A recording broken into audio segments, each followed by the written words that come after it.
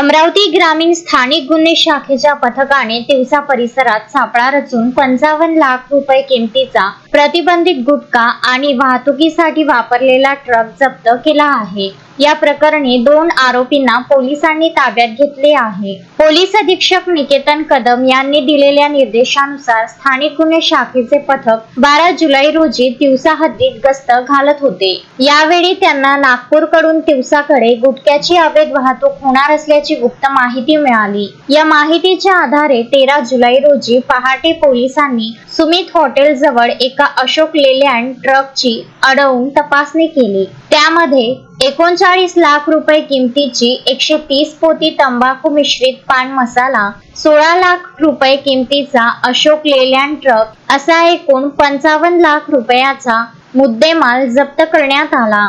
अब्दुल रफीक अब्दुल शबीर वय 35 वर्ष राहणार अमरावती, अरशद खान रहमत खान वय 30 वर्ष राहणार अमरावती या 2 आरोपींना ताब्यात घेण्यात आले। अन्न सुरक्षा अधिकाऱ्यांच्या फिर्यादीवरून तिवसा पोलीस ठाण्यात गुन्हा दाखल करण्यात आला असून दोन्ही आरोपी सध्या पोलीस कोठडीत आहेत। स्थानिक गुन्हे शाखा या प्रकरणाचा अधिक तपास करीत आहे। ही कारवाई पोलीस अधीक्षक निकेतन कदम, अपर पोलीस अधीक्षक दत्ता तोटेवाड यांच्या मार्गदर्शनाखाली पोलीस निरीक्षक अशोक लांडे व त्यांच्या पथकाने यशस्वीपणे पार पाडली। शोएब खान, विदर्भ न्यूज, अमरावती। श्रद्धा फैमिली शॉपिंग में जाएंगे हम सभी, साड़ियों की नई डिजाइन देखो यहीं से लाएंगे।